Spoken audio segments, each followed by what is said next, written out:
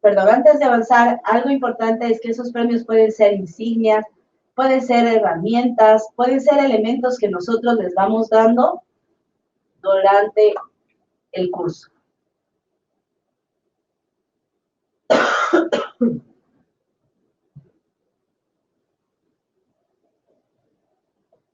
Otra propuesta narrativa muy interesante es la propuesta de las simulaciones. Una simulación tiene en cambio un esquema decisión-consecuencia. El usuario tiene que tomar una decisión entre varias opciones que son viables, que son creíbles, ¿sí? Y que le pueden llevar al error. Y según la decisión que tome, pues hay una consecuencia y empieza a generarse un árbol de decisiones y caminos que le van a llevar hasta el final, ver si es que logró cumplir o no cumplir un objetivo macro.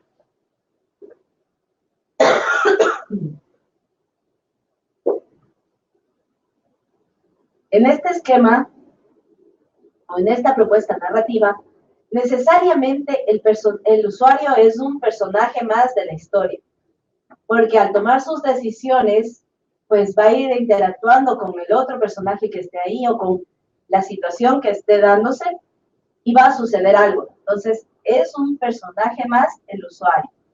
Y como les decía, las decisiones todas son viables, todas parecen correctas, pero obviamente solo una de ellas cumplirá el objetivo que se necesita en ese momento. Y hay una serie de decisiones durante el transcurso de la capacitación que les permite al final cumplir un objetivo macro.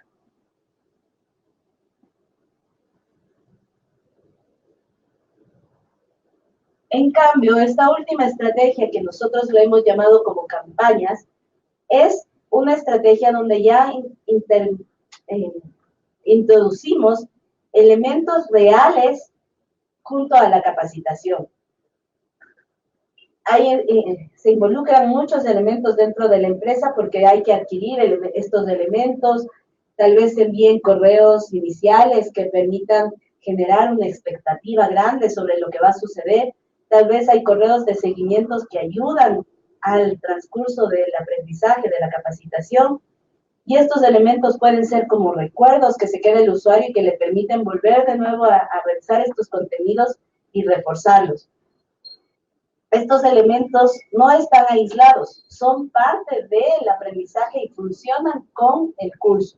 Por ejemplo, ahí tenemos un ejemplo de que se les entregaba una lupa y esa lupa les permitía buscar dentro de una imagen una clave con la cual no podían avanzar en el curso. Entonces, tenían que hacer el esfuerzo de con la lupa buscar la clave y así avanzar. O acá había unos mensajes ocultos que eran parte de lo que tenía que hacerse después o tenía que resolverse después, pero esos mensajes solo se podían ver con unas gafas que se les entregaba a los usuarios como parte de la campaña de expectativa. Este es un esquema de historia, es un storytelling, con mini retos. Como ven, tenemos que resolver algo pequeño con esos elementos para poder pasar. Y se vuelve muy interesante, sobre todo para cuando es un cambio cultural que queremos realizar, se vuelve una estrategia súper interesante, pero es algo mucho más grande, es una campaña, involucra a todas las personas, comunicaciones, talento humano, todos para llegar a resolver esto. Estas estrategias, ¿cuándo sugerimos aplicarlas? Nosotros podemos aplicarlas, por ejemplo, a la tutorizada, que es la más sencilla, digámoslo así, y la que tiene un poco más bajo presupuesto. Podemos utilizarla cuando recién estamos iniciando en el e-learning o cuando a nuestros colaboradores les es difícil romper ese esquema profesor-alumno que tenían en lo presencial y queremos introducirlos despacio a lo que es el mundo e-learning. En este caso, la estrategia tutorizada es muy útil. También cuando queremos hablar de algo normativo, por ejemplo, y nosotros queremos dar esa línea de autoridad, como es un experto versus el usuario, entonces ahí transmitimos esa autoridad y esa característica de esto debes hacer, esto se debe cumplir así. El storytelling, en cambio, como va más hacia la línea de imitar comportamientos, como habíamos hablado, entonces es más para temas inductivos, para temas culturales, para el desarrollo de habilidades blandas, ¿no es cierto? Tiene un poco más de presupuesto, tenemos que tener cuidado con esas cosas también, porque ahí ya no es un solo avatar el que está participando, son dos, hay más de una locución, hay mucha mayor interacción, mucha más animación dentro del curso. Entonces tenemos que saber que eso puede ser un poquito más costoso, pero en cambio el efecto es también mucho mejor que en un curso tutorizado porque genera mayor impacto. Como habíamos visto, al ser nosotros seres que aprendemos socialmente, el tener estas historias nos involucra más afectivamente, nos involucra más significativamente y nuestro aprendizaje es mejor.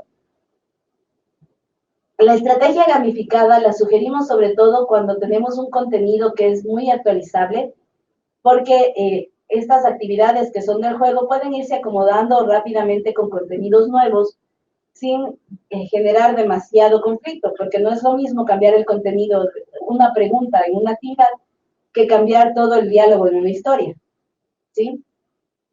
Sugerimos para cuando es este contenido actualizable o cuando son contenidos muy teóricos o muy prácticos que requieren una memorización. Sobre todo los juegos o la gamificación nosotros la recomendamos cuando lo que se requiere es memorizar información. También es muy interesante cuando queremos romper esquemas, o sea, ya estamos acostumbrados a un tipo de e-learning, ya hemos visto que tal vez nosotros ya implementamos, ya tenemos tutorizado bastante tiempo y queremos romper un poco el esquema, puede entrar esta estrategia gamificada a cambiar un poco el chip de cómo percibir esos contenidos tan duros, tan estrictos, tan difíciles de entender a través del juego. La simulación, en cambio, la recomendamos cuando es algo paso a paso. Cuando nosotros queremos, como veíamos antes, cuando tenemos una causa y una consecuencia, ahí es cuando debe entrar una simulación. Por ejemplo, uno de los casos que más recomendamos es cuando queremos trabajar en la parte de vender, qué sé yo, por ejemplo, cuando queremos ver cómo superar las objeciones del cliente. ¿Por qué? Porque ahí nosotros podemos ver algunas opciones de respuesta, ¿no es cierto?, que podemos darle al cliente y esas opciones pueden tener diferentes efectos en el cliente, pueden hacer que rechace nuestra propuesta o que esté interesado en conocer más. Entonces nos permite ir en ese paso a paso de cómo realizar una venta. También puede ser en atención al cliente o en la ejecución de un proceso. Por ejemplo, cuando tienen que realizar un proceso con una maquinaria, con elementos que son difíciles de entregar a los usuarios por su costo, por su complejidad, por el riesgo que corren al manejarlo, nosotros podemos a través de la simulación lograr que tomen estas decisiones de cómo deben actuar y de que vean cuáles son las consecuencias en caso de que se equivoquen. Normalmente se trabaja bajo el error para que eso genere el aprendizaje. En cambio, las campañas, como les dije, esas campañas generan un alto impacto, es uno de los elementos de mayor impacto y se deben utilizar sobre todo cuando lo que queremos es hacer un cambio cultural en los colaboradores. Entonces, esas serían nuestras recomendaciones para aplicar estas estrategias.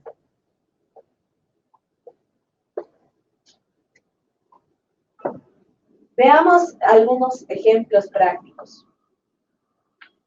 Les voy a hablar primero un poco de cómo son nuestros ejemplos prácticos y luego les voy a mostrar el video para que ustedes puedan ver estos ejemplos. Nosotros, por ejemplo, recomendamos mucho el uso de actividades al inicio para romper el hielo, ¿sí? Actividades, y también al final para la autoevaluación del participante o durante el proceso para que el participante se autoevalúe. Eso le ayuda mucho a tener esta parte de la experiencia, del cómo lo hago y de la retroalimentación inmediata para saber si es que yo ya pude o no pude hacerlo. Esa es una de nuestras estrategias y que utilizamos en forma práctica.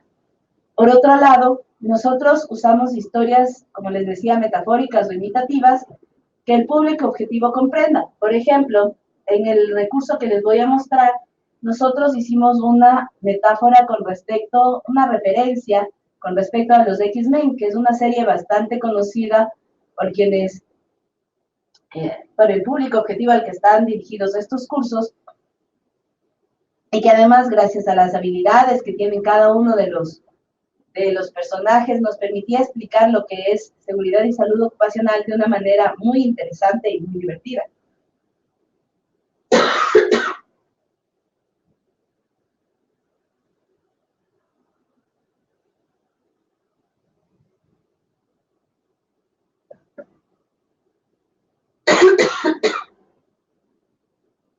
Perdón, hay un momento en el que ya me afecta un poco la garganta. Les pido disculpas por esta interrupción. Dame un minuto y seguimos.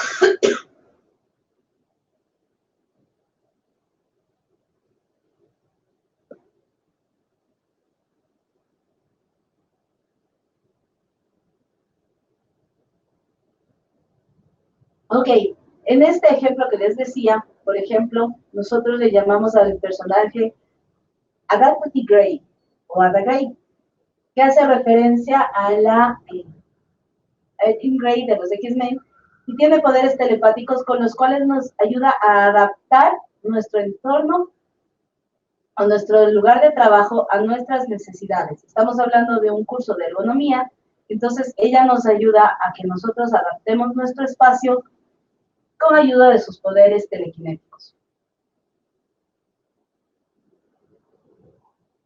Y otro detalle en nuestros ejemplos, lo que les vamos a mostrar como ejemplos prácticos, es que nosotros utilizamos situaciones familiares para el usuario.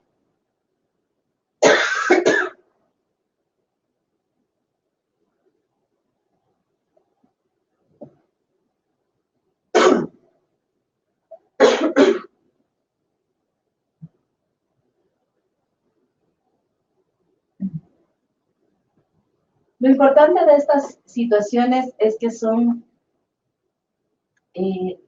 el usuario se puede sentir identificado con ellas. Y además manejan un lenguaje bastante sencillo para explicar los conceptos. Les vamos a dar los enlaces para que ustedes puedan visualizar estos videos y entonces tranquilamente puedan acceder y puedan ver todo lo que estamos queriendo mostrarles. Vamos entonces más bien ya a responder las preguntas que ustedes han realizado.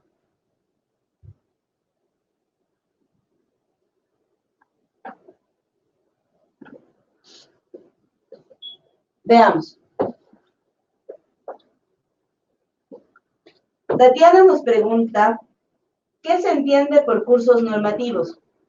Bueno, nosotros estamos hablando de cursos normativos como aquellos que tienen alguna exigencia desde alguna entidad de control sobre las organizaciones y que deben ser dictados por esa exigencia. Aquellos cursos que cumplen una norma o tienen que cumplir un reglamento. Eso es lo que nosotros entendemos por cursos normativos.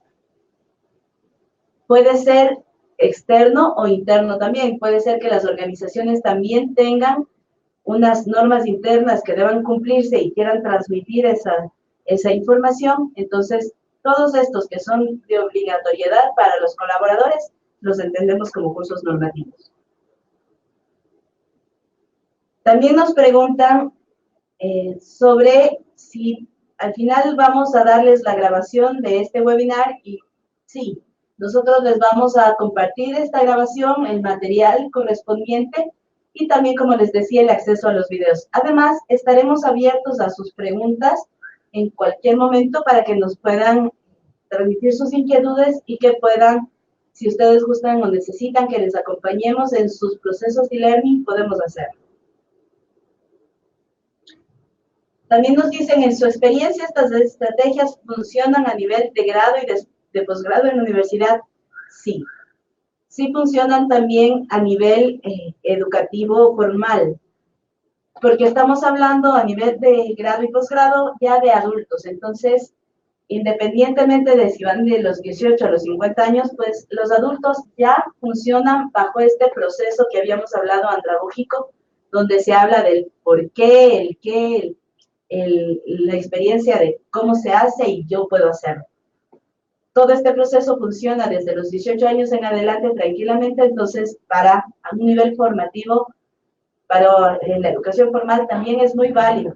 Ahora, ahí hay que tener cuidado con una cosa importante. A nivel de grado y posgrado solemos tener mucha más información que queremos transmitir. Entonces, ¿cuándo utilizaremos estos recursos o estas estrategias? Cuando queremos transmitir algo más concreto. Entonces, lo más concreto vamos a aplicar estas estrategias.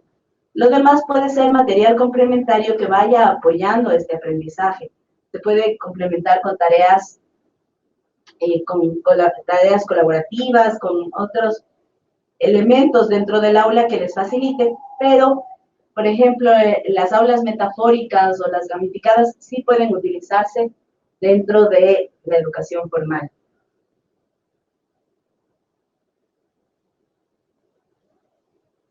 También me dicen, actualmente en el diseño de nuestros cursos utilizamos diferentes recursos de enseñanza-aprendizaje que permiten la interacción con el estudiante. Sí es válido utilizar diferentes tipos de recursos, pero eso también no genera esta apropiación del estudiante con respecto al material que se está entregando. Por ejemplo, cuando nosotros presentamos algo metafórico, algo gamificado, una historia detrás, ¿no es cierto? El estudiante se siente identificado con todo ese contenido y no con los elementos independientes. Cuando tú arrancas de YouTube un video, coges el PDF de otro lado, coges la página web de otro lugar, si bien es un montón de información que estás transmitiendo, pero no estás generando este impacto. Estás transmitiendo la información, estás afectando al qué, pero no estás generando el impacto que se requiere para que los estudiantes o los colaboradores comprendan de qué se trata. Otra de las preguntas es, ¿cuál es la duración recomendada para un curso e-learning? Bueno, nosotros, sobre todo a nivel corporativo, conociendo que el tiempo en una organización es bastante complicado, nosotros recomendamos cursos de más o menos 1 hora playtime. Pero ahí hay que tener clara la diferencia entre playtime y learning time. Playtime es el tiempo que te demora revisar el recurso de forma corrida sin detenerte a analizar lo que estás revisando. Ese es el playtime. El learning time es el tiempo que te va a tomar leer, entender, comprender, regresar, reforzar ese contenido. Entonces, más o menos nuestro estándar que con la experiencia hemos adquirido es que una capacitación que presencialmente tú das entre 4 y 8 horas puede ser fácilmente traducida en un recurso multimedia de 1 hora playtime.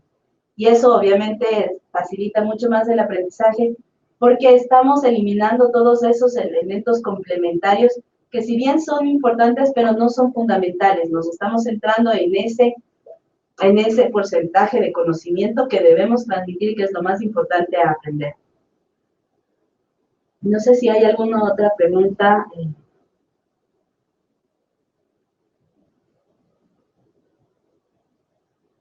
Me dice, ¿qué recomendación o estrategias sugieren para atraer una población a la información virtual?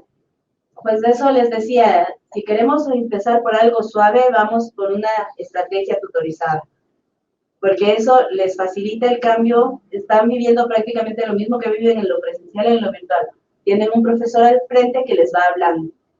Ahora, si es que queremos ser un poco más innovadores, ahí sí podemos utilizar un storytelling o un gamificado para lograr el enganche. Pero ahí el cuidado que yo les recomiendo es en buscar una buena asesoría para implementar estas estrategias, porque uno de los problemas es que cuando comienzan las organizaciones con e-learning, si no tienen un buen acompañamiento, normalmente sus estrategias no son tan sólidas y generan un primer impacto más bien no muy adecuado en los participantes y generan más bien una resistencia hacia el e-learning. Cuando hay una buena asesoría, cuando son bien implementados, cuando no tienen problemas durante la ejecución, entonces más bien se genera ahí sí una experiencia positiva que les engancha y que les invita a aprender más. Otra pregunta dice, ¿cómo podría evaluarse un curso de acuerdo a la estrategia utilizada o cómo podría hacerse una combinación? Bueno, nosotros lo que recomendamos es que principalmente durante el aprendizaje hayan autoevaluaciones. O podría también complementarse con foros o elementos de evaluación colaborativa. Depende de la plataforma y de cómo utilicen. Muchas empresas no tienen plataformas con la posibilidad de generar estos elementos colaborativos, entonces nosotros les recomendamos utilizar elementos de autoaprendizaje durante la formación, de autoevaluación, perdón, durante la formación. Y al final sí hacemos una evaluación un poco más con preguntas y respuestas, un cuestionario un poco más formal, pero donde las preguntas procuran no ser netamente conceptuales, sino más que nada determinar si se entendió o no se entendió el concepto. O sea, no es una pregunta de memorización simple, sino detrás de esa pregunta está el verificar que se haya comprendido el concepto. Esa es la forma con la que nosotros recomendamos evaluar. También dependiendo de las posibilidades y de cada, como les decía, de cada empresa o de lo que desea lograr, hay muchas más opciones que nosotros implementamos, pero depende ya de la empresa y de todo el esquema que quieran lograr.